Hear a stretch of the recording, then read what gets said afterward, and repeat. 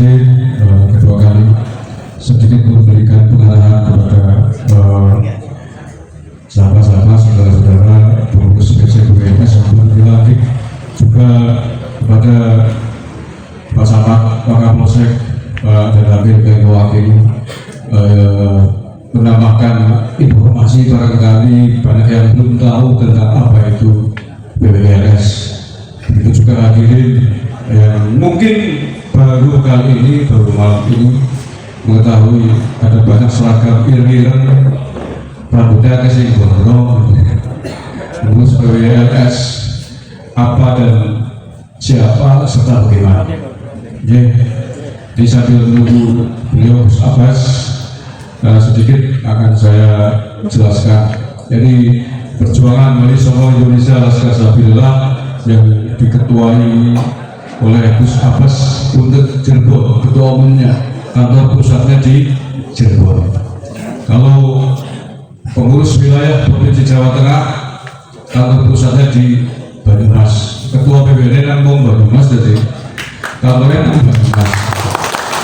Kalau pengurus daerahnya Gus Kabupaten, Gus Taung, kantornya di Mersi, Purwokerto Timur. Nah, pengurus cabang di tingkat kecamatan. Apa sih tujuan dari organisasi ini?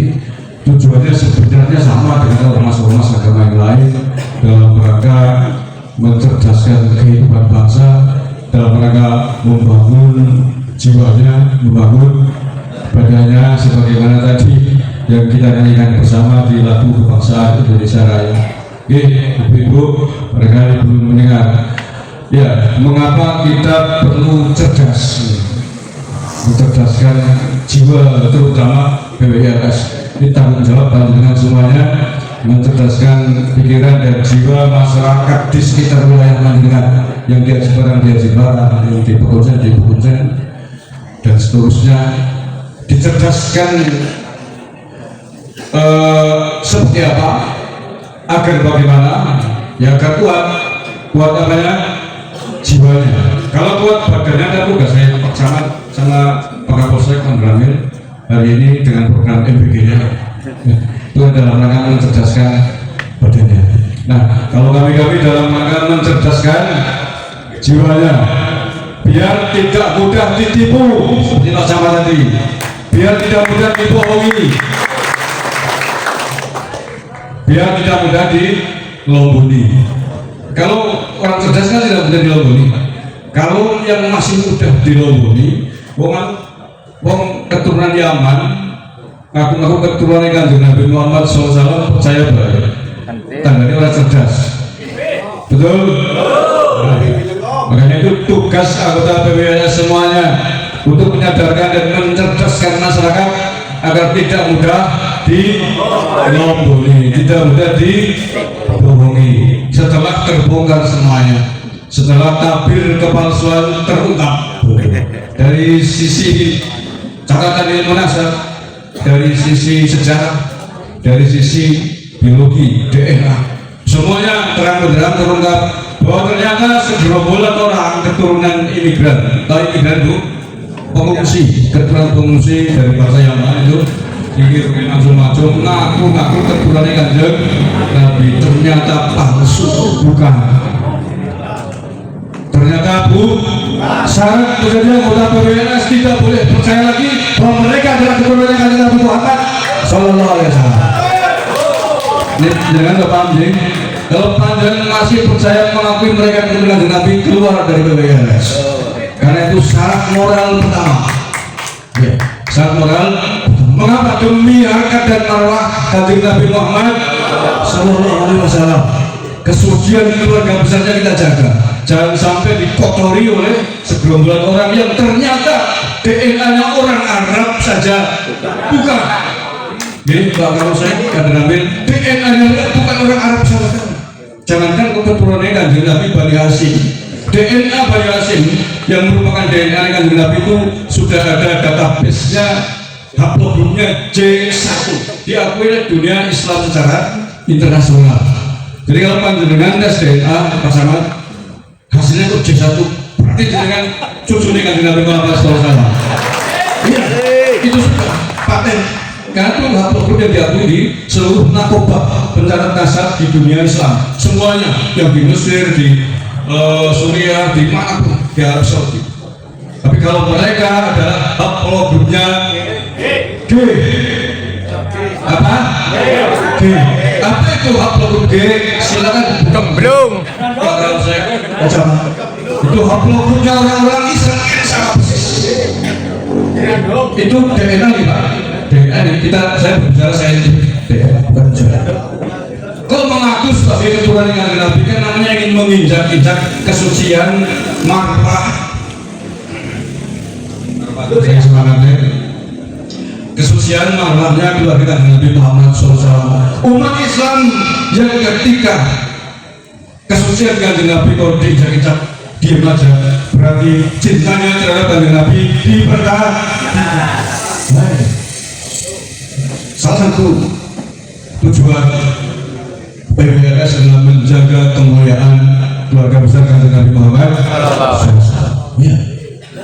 Yang kedua adalah dalam rangka menjaga harkat dan marwah ulama-ulama Nusantara semuanya. Kita jaga harkatnya, wibawanya yang selama ini sering jadi korban penipuan kelompok imigran dari apa ini. Makanya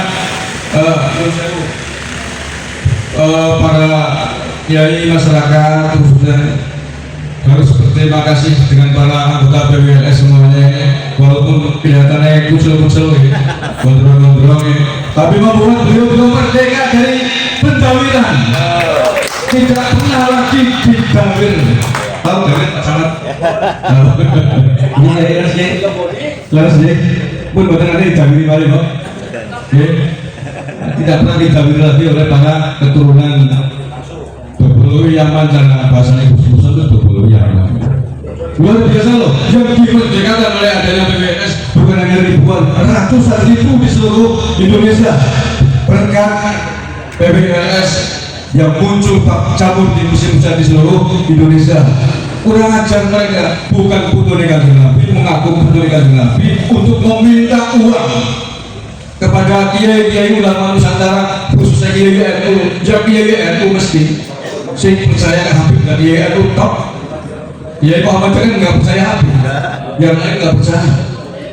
Kayak gue pengurus NU ada sing wadekal PWLS loh. Orang rumah saya dipercayakan dengan adanya PWLS, malah sih ngambung tangannya ketua Habib. Orang rumah saya diinjak-injak barwahnya harga dirinya. Ya nanti jago duitnya nih sepisan bindo saben minggu, gitu harus ya. Saben bulan dia ke 100.000 wedus di gawang rumah. Betul. Jadi ngopol, ngomongin wedus papat dikirim rembung. Bilang-bilang harus begitu. Bojo yang banyak diminta, anak ada yang diminta. Nah, untuk bilang medali ini sudah yang kesut lagi. Jadi terus nanya emosi kan? Ya itu lah cara sih mereka. Nah ya kayak gini apa kita biarkan? Jadi kita lawan. Dengan apa kita melawan? Dengan pencerahan, mencerdaskan warga masyarakat, terutama si urus sadar, si urus cerdas, yang istilahnya disebut kelompok mukibin. Jos. Karena anak parodi mukibul gitu ya. Orang yang masih mudah ditipu, jangan. Lebih baik disumbangkan kepada pondok pesantren, kepada para kiai TPQ yang ngajarin kita ahli batas sejak kecil. Mereka yang harusnya dikasih bisa bukan kabut keturunan Bebelu Yaman yang muter-muter di sini dawin itu orang belumnya bergawe, tapi karpe urip kepenak, karpe diambungi tangannya ini modal jumpa karo caster, bukan dasternya mereka itu. Nah, alhamdulillah hari ini sudah 90% para kiai sudah terbebas dari penjajahan ekonomi oleh kelompok ini. Seluruh kiai itu pasti menjadi korban mereka, karena itu ATM bagi mereka. Mereka punya jadwal minggu kiai lalu kiai nggak mampu, minggu Yesus kiai mau terus muter sebulan tutup muter-muter nggak begitu yang disebut dawir itu kan dawal termuter masih dalam itu.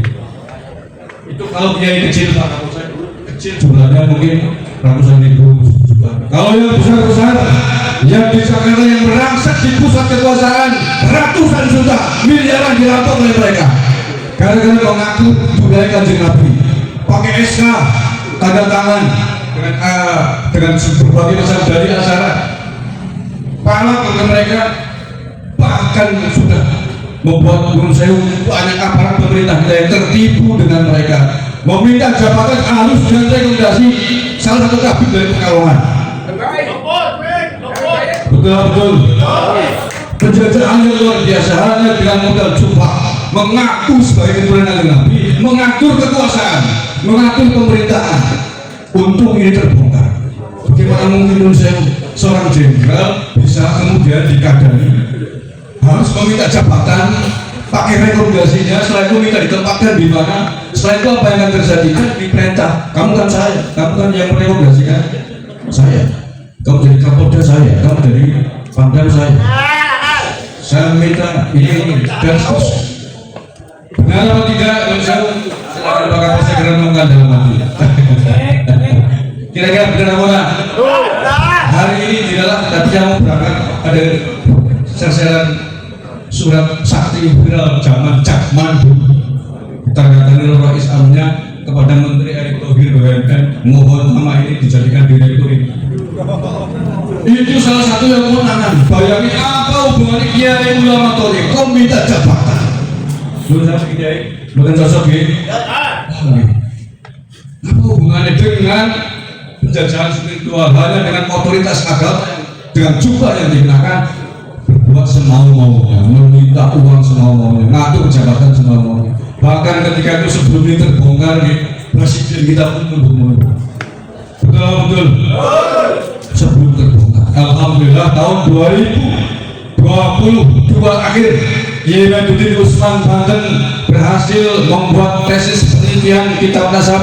Ternyata silsilah mereka tidak menyambung pada silsilah Nabi Muhammad SAW.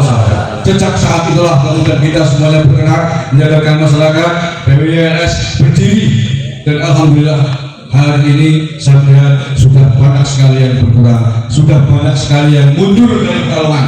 Walaupun masih ada satu dua, mungkin saking tidak enaknya karena dapat jabatan atas rekomendasi. Aku tak ngomong apa namanya, jujur saya sudah berdialog dengan banyak banyak jabat di Jakarta yang terkaget-kaget seperti petir di Jambol. Karena kalau minta uang ketika itu rata-rata 100 juta, 500 juta. Untuk acara ini ternyata tidak jadi, nggak ada acara. Kadang-kadang pakai lisan doang, kadang-kadang pakai surat sakti atas nama organisasi. Ini terjadi. Makanya alhamdulillah hari ini sudah merdeka, sudah terbuka, sudah selesai.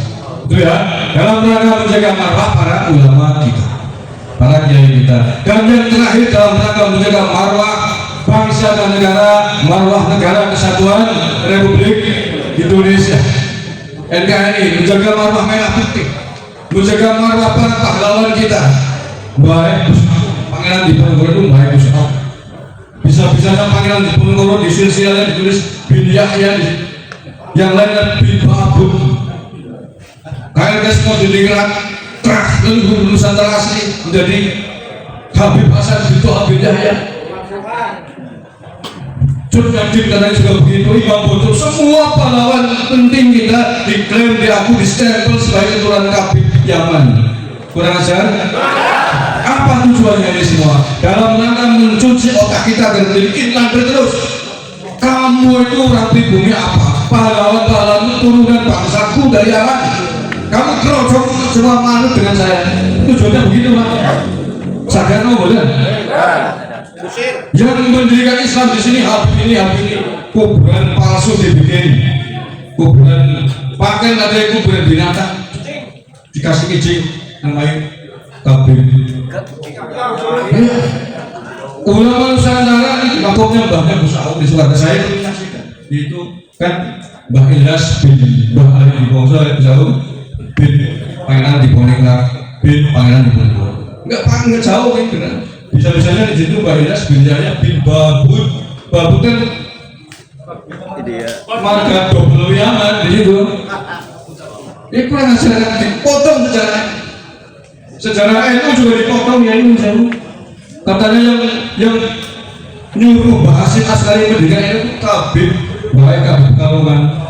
Kurang ajar. Mereka datang cowok Belanda di tanah air ini ngaku sebagai pejuang, ngaku sebagai guru, lalu Kabib Halal berkolong ini sangat udah kan begitu. Ini tidak bisa kita biarkan, setuju? Kita lawan, setuju? Cara melawannya jangan anarkis, saya tangkap sama Kapolsek. Cara melawannya adalah kita memberikan pengertian, pencerahan kepada warga masyarakat semuanya. Kasih tahu bahwa mereka itu bukan keturunan general beda, hentikan orang usah ngambui tangannya mani. Orang usah kabit dari, orang usah diurusi. Silakan suruh pulang aja. Kalau mau bertamu boleh, tapi aja ngaku-ngaku keturunan aja. Tapi ngaku-ngaku keturunan general beda, orang usah ngambah lemah. Aja. Orang usah ngambah teras pun sampai sing ngaku keturunan general beda. Orang bilang balik. Kayak gitu loh. Kecuali mereka mau anarkis macam-macam ya apa boleh. Wani Bob, Wani Bob. Tapi itu jalan terakhir. Baik, itu saja saya kira apa yang dapat saya sampaikan. Mudah-mudahan memberikan bekal buat dengan apa yang harus dikerjakan setelah ini. Secara prosedural setelah ini mengurus dilengkapi, panjenengan segera melakukan audiensi ke Forkompimcam masing-masing. Forkompimcam itu Pak Camat, Pak Kapolsek, Pak dan kami bikin surat pengajuan audiensi. Kewajibannya ya Pak Camat, beliau Pak Kapolsek. Intinya Pak mengenalkan diri bulan luhur, Bapak Kapolsek, Pak Camat. Perkenalkan saya Ketua PGRX Kecamatan Cibadak, Kecamatan Pengurusnya dan seterusnya. Mohon izin, mohon dibantu kerjasama. Jangan Pak Camat, Pak Camat suatu saat atau Pak Kapolsek pada mengambil butuh kerja bakti kuburan bersih-bersih atau leluhur. Siapa tuh? Siapa tuh?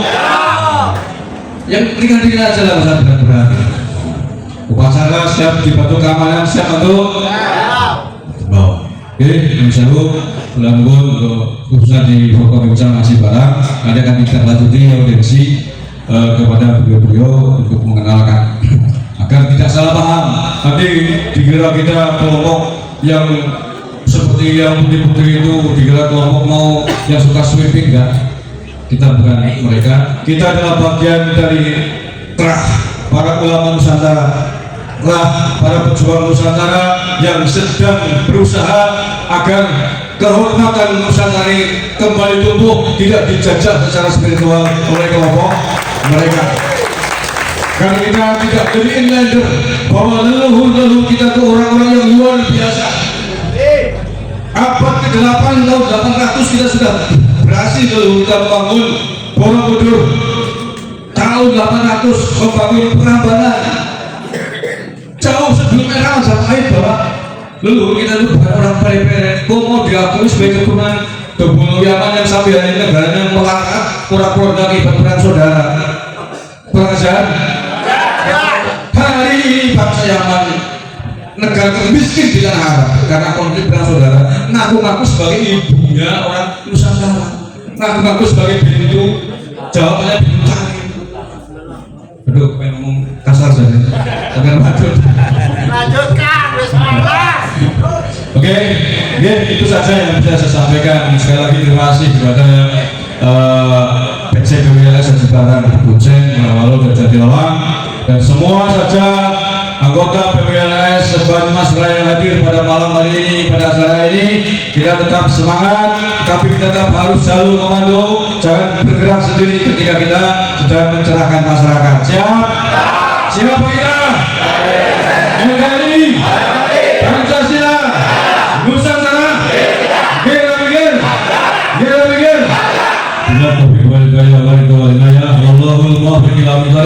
Assalamualaikum warahmatullahi wabarakatuh.